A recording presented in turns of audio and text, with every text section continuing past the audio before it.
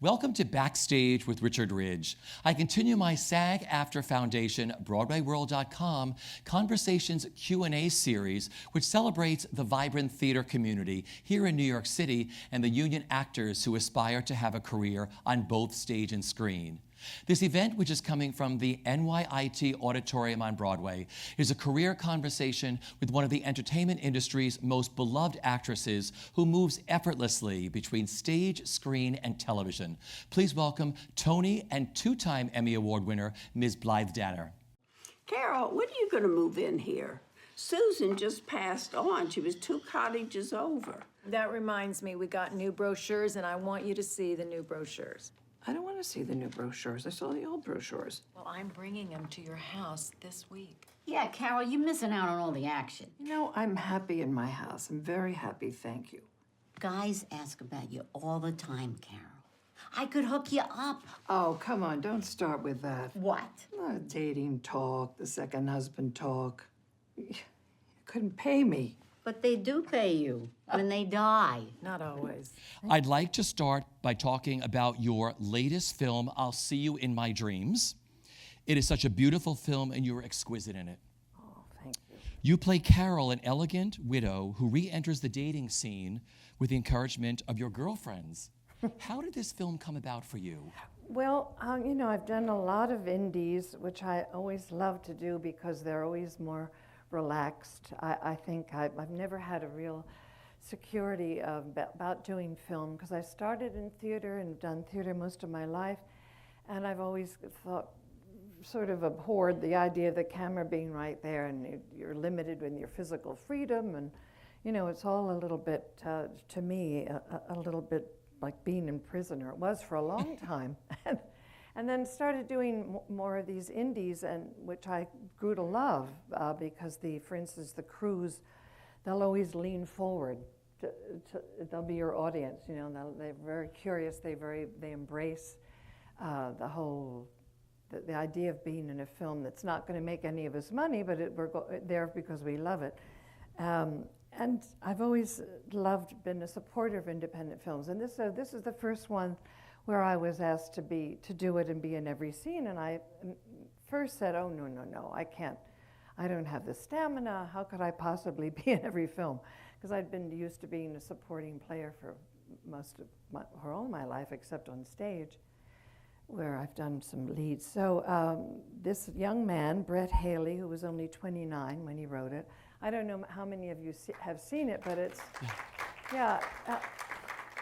it's a lovely film, and in the fact that he had such insight into a woman who's going into the last chapter of her life, I thought it was astonishing that he had such sensitivity. And so I read it, and my agent said, well, I think you should do this. And I said, well, I don't know. And you know, every scene, how can I do that? I've never, ever done that. Film could be cruel. You look terrible, and you get, I don't sleep anyway, so 4 or 5 hours of sleep, So, but I did it, and I was so happy I did it because everybody was there because they loved the script. The script, well, I don't want to get ahead of all your questions, but it was paired, all the stuff that could be schmaltzy and very sentimental. This young man, and those of you who've worked with writers know how hard it is for them to let go of anything, and especially if they're directing. They don't want to let go of any of their, words. So Brett was so courageous and great. He just slashed through a lot of the stuff that could have been really kind of hard to take as far sentimentally. The role of Carol came very natural for you, didn't it? Well, yes. I mean, I hate to admit that because it makes it seem more easy. But we all want to slave and work hard for the things we do, and I normally do. But he had written such a beautiful script, and I had gone through loss of. I don't know if you've seen the dog. That we lose a dog, and I've lost a husband way before that, and a lot of things I could call on from in my own life. So, but it was mostly that script that just spoke eloquently. It just washed over all of us. I think everybody who was involved. Yeah, brilliant cast you got to work with in this film. Girls, we were going to shoot in Florida, and the budget was so low that they couldn't bring any of these people. We had June Squibb, we had Rhea Perlman, we had Mary Kay Place, Malin Ackerman, Sam Elliott with that wonderful mustache, which intimidated me at first, knowing that I was going to have to give him big kisses. And then, who else? And Martin Starr. Yeah. You know, Martin, if you know him from things like Geeks and Freaks, and Silicon Valley is very, very different and such a stretch for him in a way, and yet it's very much himself, his tender core. Yeah, so I thought I was being offered one of the bridge ladies at first. So I was astonished when they said, no, Carol, oh my God. And that was kind of funny. None of us could play bridge, and any of you who really know bridge would probably see that immediately. And Brett assured us that he'd shoot above it, that people wouldn't be able to tell, but we had a man come in and teach us bridge, supposedly, and all he kept saying was, no, no. And I said, you can't say that to actors, we're children. We have to be loved, we have to be stroked. You can't say no, no. So we got rid of him and then said to the detriment of the bridge game, but to the relief of all of us. I love that. You know, it was sort of like a play cast, wasn't Yeah, it? It was it like doing a was. play. I mean, great actors, and you shot this very fast. 18 days. I just finished doing a thing out in California. What was that for? Oh gosh, VJ. What was that for? Anyway, it was a thing. It was people who'd done independent films. Lily Tomlin, Olivia, the wonderful girl in Meadowland. Thank you. See? Thank you. Anyway, we're a whole bunch of us, and everybody started comparing their shooting schedules, and it looked like I was beat until I think Lily said we shot it for $600,000 in 20 days. I said, we've got you beat. We shot it for $500,000 in 18 days. But that's a typical indie, I think. But we were all in it together, and you could not feel nobody was a diva, nobody did anything but just work their tails off and have a ball. It was the happiest experience I've ever had on film. Yeah, I was going to say, did the 18 days fly by really fast for you? Oh, yeah. I never slept, but I had a good time. Now, the musical number you see in the film, which is gorgeous, Cry Me a River, was not what you were originally going to sing in the film. This is the great thing about movies, which I learned from this. You were going to do Karen Carpenter's Superstar, right? You know, I'm being an old jazzer from the 60s, and I went to Bard College, and we had a jazz group, and that was one of the songs I did, was Cry Me a River. And they said, Karen Carpenter, what was it? Superstar. I said, I've never heard of it. I felt really stupid. I'm very, very, I'm just not up on anything that was popular in the 60s and 70s. I just was into jazz. You know, I was a friend of Bill Evans, who was this great jazz pianist, and that's all I wanted to do. But I was too chicken to go after that. Do you think that films are finally taking a risk on an older generation? Yes. I mean, I haven't, you know, people ask me all about the history of film. I know nothing, really. Yeah. My kids know a lot more than I do. I just know that that it's gotten better in general. I mean, look at all those ladies who are doing things at Maggie Smith. Well, it's Maggie Smith. It's a whole other thing. It's Maggie Smith, and Vanessa, and there's brilliant, brilliant actresses, and Helen Mirren, and they're all doing great three-dimensional roles, and people like me who are not stars have an opportunity to do these three-dimensional ladies in the independent area. Yeah. So I'm very grateful for that. Yeah, and Lily Tomlin was talking about that the other day, that to have the role she has in Grandma is such a gift. Sure. I have to say, this is my 50th, not expecting applause, but it's my 50th year in the business. And so for me, the attention this film has gotten is more than enough. It's my celebration of my 50th year.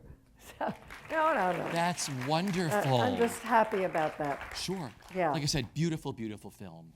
I want to go back to the beginning for you. Growing up, where did your love for performing begin, and what were your early creative outlets? Well, you know, like everybody, I think you would play characters with your brother and sister. I mean, I didn't have a sister, brothers. And my parents were beautiful singers. They had lovely voices. My dad was known as the singing banker in Philadelphia. 'cause he would bank, but then he'd moonlight. And although he was so, I'm not unlike him in that he did a lot of strange things. He would, well, I mean, in that he never felt he was good enough. And I think, a lot of actors, we have that thing, oh no, I'm not good enough, I don't deserve, I don't know where that comes from, except I grew up as a German Lutheran. That might have been part of it. Something to do with it. A little bit of that. But, but my father actually, during the Depression, came over and auditioned to be the MC at Radio City Music Hall. He got the job. He went back to the boarding house he was staying in. He heard these other tenors. He said, oh, they're all better than me. And he went back to Philadelphia. Isn't that strange? I mean, I understand it, though. Yeah. Very, very odd, but he had a beautiful voice. Mom and Dad did all the PTA shows, the Sweetheart, Sweetheart, Sweetheart, or the Jeanette MacDonald, Nelson Eddy films. He'd write the lyrics on his cuff because he couldn't remember them, and I have trouble remembering my lines. So I inherited that from him. I love that. I once did I have to tell you quickly because my daughter told this at this luncheon she gave for me. I did this pilot, we never went to series, thank God, where I had to play a doctor and learn all this doctor speak. Couldn't remember any of it. So as I was delivering this baby, the woman under the sheet had on tights, of course. And I said, do you mind if I just stick my lines in a card on your... I had my lines there. And then the baby, when the real baby comes out, they put cottage cheese and stuff on it. I said, don't let the baby touch my cards. And at the very end, I had to give orders to these two nurses, and I had cards on their heads. And when I turned, I had to tell them what to do with the baby. I was so happy that series never got picked up. I'd be dead by now, for sure. I'd love to see the outtakes of those scenes. Terrible. What was the defining moment for you when you said, I want to be an actress and make a living at that? Do you remember that moment? I went to Bard College, and June Squibb's husband was my acting teacher, Charlie Kakisakis. Yeah. Everybody joked his name meant cheats at checkers in Greek, but it didn't. He was a wonderful teacher, and we had three great teachers. One from had taught at the old Vic. Another, Neil Mackenzie, who was very, very, very precise about knowing what you do when you're running, you're getting chased, go for your keys in your pocket. I mean, things that were just technical. It was a wonderful training, and I just fell in love with it. I loved escaping. I loved leaving. Oops, sorry. I loved getting out of whoever this is and jumping into another persona. The minute I had the right shoes on, I felt I was the character or working towards the character. It was just, I think it was just that liberation of oneself, from oneself. I want to talk about one of your first roles you had was Michelle in the 1967 musical Mahari, which is one of the most infamous flops of all time. The poster hangs on the wall of Joe Allen's. Yeah. We're all fascinated by this show because there's so little out there about this. It was Marissa Mell was in it with Pernell Roberts. David Merrick produced. It closed in Washington.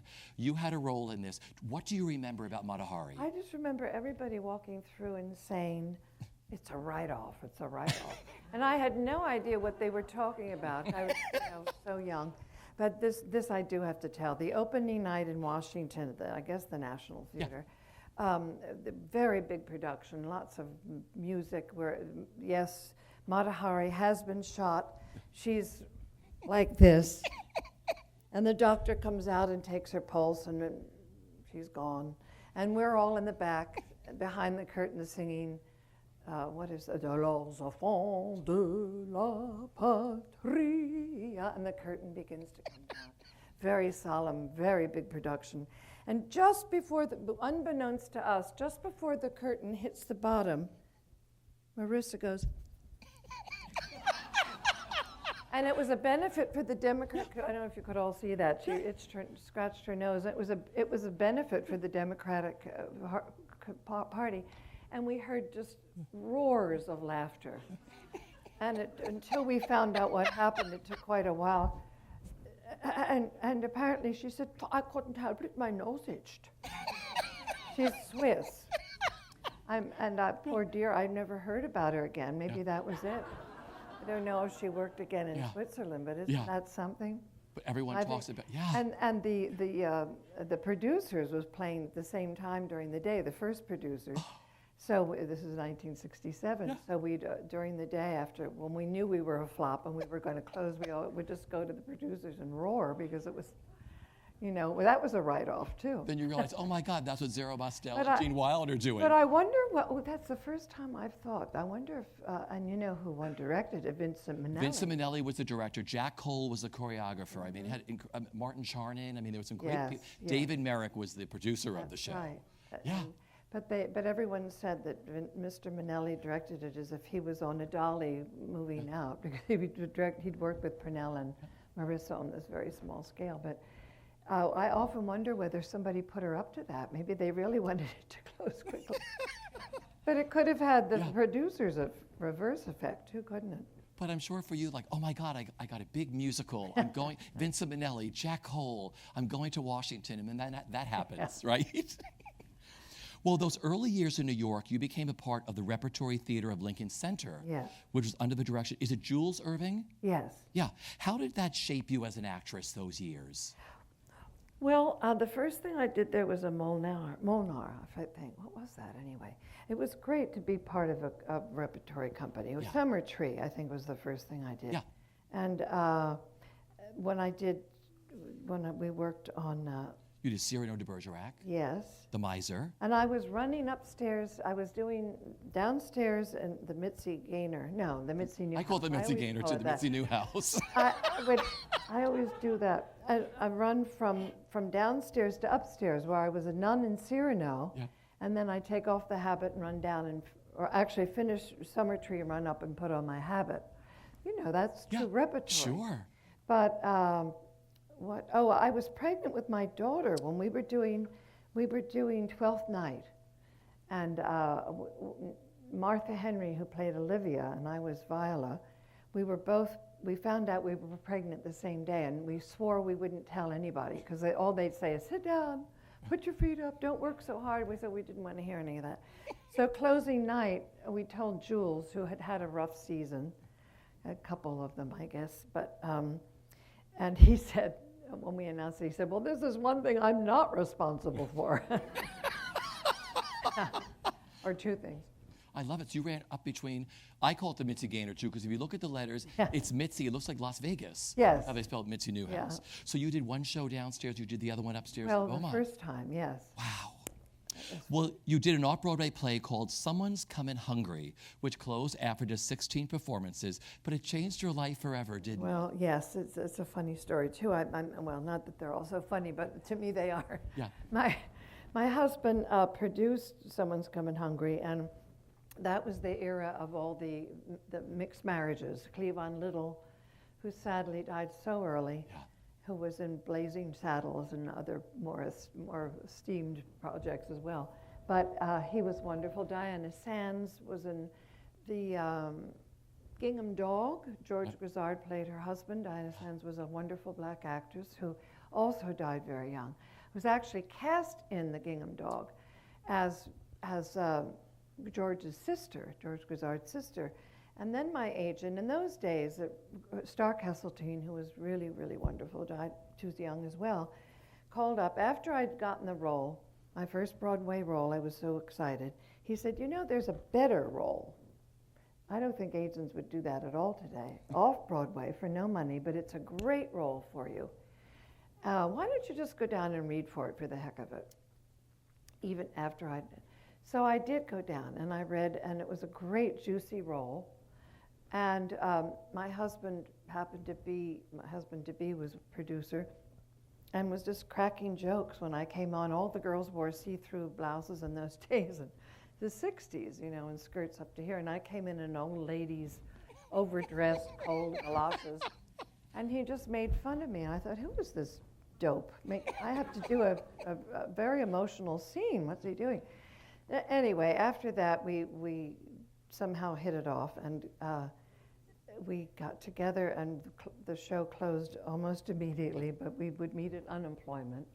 And I found out he was hanging around after his time. I didn't know that. I thought he had the same time I did. Well, then the stage role that catapulted you to Broadway stardom was that of Jill Tanner in Butterflies Are Free, for which you won the Tony Award for your performance. Oh, you all were in knee highs if you even saw it. What are your favorite memories of that landmark play and that cast? Keir DeLay, Eileen Heckert.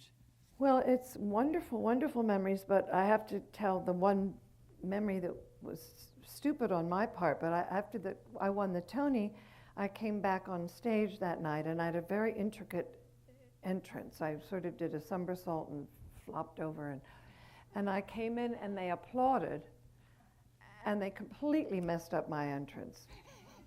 And I was a brat. I was so ungrateful. I thought, oh, this is for the birds. I'll be hot today, I'll be cold tomorrow. What's the big deal? And I just decided I wanted to go and have babies, which was ridiculous. I mean, I just, something about the whole being lauded for, and have my entrance messed up. Wasn't that silly? But that's how I felt at the time. Well, your first film was To Kill a Clown with Alan Alda, which you had worked with throughout your career. What do you remember about your first film? Was it scary for you? You know, again, I don't want to be so negative about everything, 'cause I'm very grateful for a very good career, but that was a shock. We arrived on the Grand Bahama Island. It was a very good script, and the first thing I remember is the director taking the script and throwing it into the ocean and saying, "We're going to improvise." And it was, Alan was brilliant, but the rest of us didn't know what we were doing, and it was a disaster. One of my favorite all-time movie musicals is 1776, where you played Martha Jefferson opposite Ken Howard's Thomas Jefferson. Memories of that and singing he plays the violin on film. That's, Howard Da Silva and William Daniels. William Daniels. It was wonderful. I was actually replaced by someone. I think someone had a drug overdose or something. So I was told to show up, and I had just finished Butterflies Are Free and was very hoarse. So I didn't do the best singing in the world, but I had a wonderful time. I just remember the gowns were so big that I wasn't allowed to sit down. I could only have a leaning board. So it was hours on end of leaning, but you was not allowed to sit. And I had no bosom at all. No, not that I still do, or do now, after nursing 2 children a little bit. But they had to put on about 10 pairs of falsies to even get any kind of cleavage. So it wasn't very comfortable between the huge dress and the bra. I'm gonna have to watch it again this week. I'll look for that. But I just love that musical, like you said. It was William wonderful. Daniels, Howard Da Silva. I mean, just to do a Hollywood musical, I would think, right? Oh, it was really fun. That was my one and only time, but it was great. I'd like to get into some of your highlights from your illustrious stage career. Just tell me what comes to mind, a quick story or a favorite memory. Blanche Dubois, you started to talk about. Yes, that was very special. When we did it in New York, it was at the Circle in the Square, and I think it's a proscenium piece. I'm not trying to pass the buck, but I do think it's a film. It's a stage that you have to have a proscenium, and it's very difficult to do that play in the round. Betrayal by Harold Pinter, directed by Peter Hall. I loved that production. You played Emma opposite Raoul Julia and Roy Scheider. Yes, and playing. Oh gosh, well they're both gone. It's the hard. Oh God, everybody is. Yeah. So as I said, it's so sad. I'm writing condolences, many more condolences than birthday wishes. It's sad. So many great people are gone, but Harold directed us a lot. But Peter Hall had to go back to London for certain things, and what I loved about being directed by Harold is that he really allowed us to let all the underneath rage that was he allowed it to get out in rehearsal. I kept wanting to throw a book at Roy Scheider, who was just needles Emma, that character. He finds out she's having an affair with his best friend, Raoul, and he just needles her, and she finally realizes what he's on to, and it has to sit on it. But Harold allowed us to really let it out, so we knew what we were sitting on, whereas Peter didn't allow that. Yeah. We had to be very British from the start, and yeah, it was great. It was, and Raoul, it was like playing ball every night. I never knew where it was going to come from, and we just always surprised each other. It was a lot of fun. He's a prince. Going back to a musical, you played Phyllis in the Stephen Sondheim, James Goldman classic musical Follies. What was it like living in the world of Sondheim? Well, I've never had a better time on stage, although I think I really gave poor Stephen a heart attack a few nights because, again, I would screw up the words every so often. And I'd sing, leave you, how could I leave you? If I'd only had to repeat that, I would have been okay, but I got into a few, really doozies. I don't know what it is. I just have to blame my father. I love it. On your cuff. Yes, I should have had them on my cuff. You've worked on 2 projects with Sarah Jessica Parker, the first being the A.R. Gurney comedy Sylvia, and the second the Amanda Peet play, The Comets of Pensacola. Yeah. Favorite memories of both of those? Oh my gosh, well, Sarah Jessica.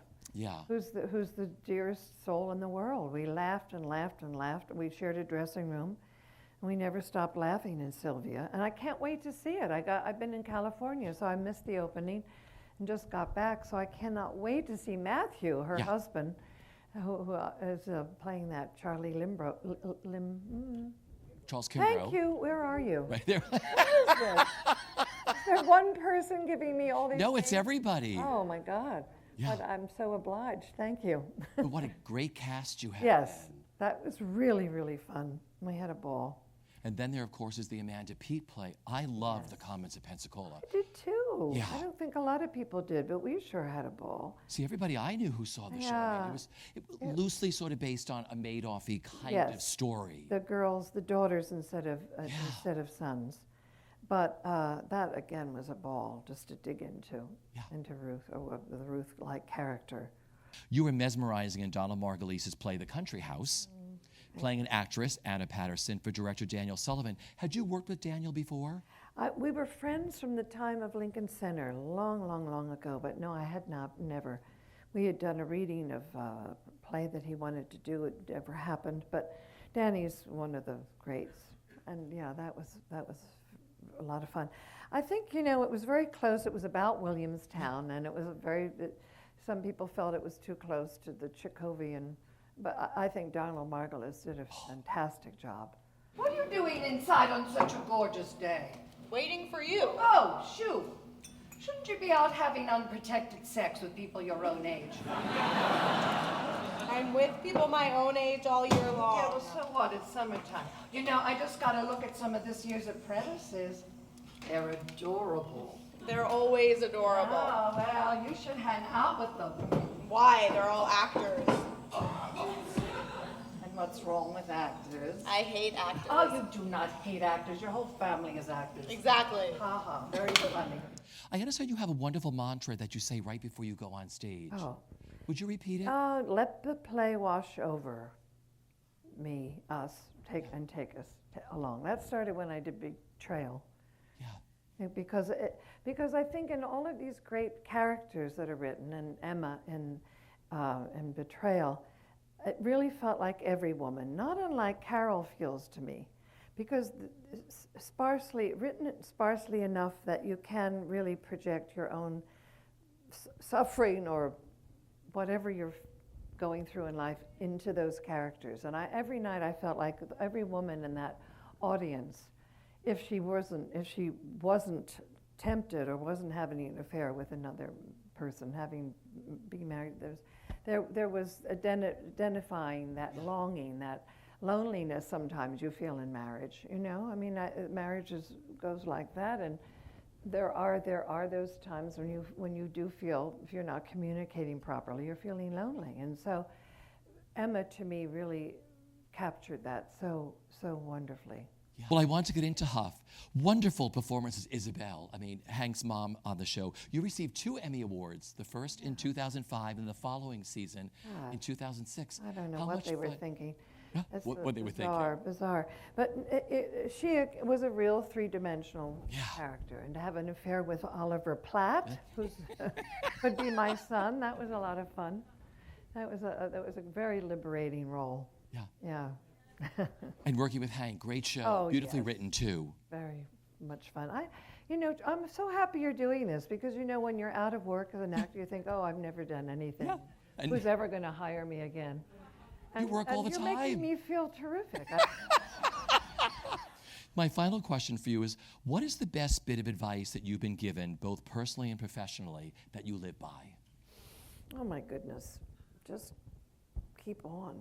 I know my husband always said that his favorite poem was Robert Frost. He said, I can sum up in 3 words what I've learned about life. It goes on. Just stay in it. Just be true. As an actor, I remember reading a quote of Dame Edith Evans, I think, said, I never think about being great. I only think about being true. And I always took that very much to heart. Yeah. There are times when you're not and you feel like you have egg on your face and you'd like to kill yourself, but you're always striving for the truth, to be truthful. That's all that matters. Well, I thank you for one of the most amazing evenings. Oh, how kind. You and I have spoken many times on the carpet, but to sit one-on-one like this meant the world Sweet. to me, Blythe. Very Ladies much. and gentlemen, Miss Blythe Danner.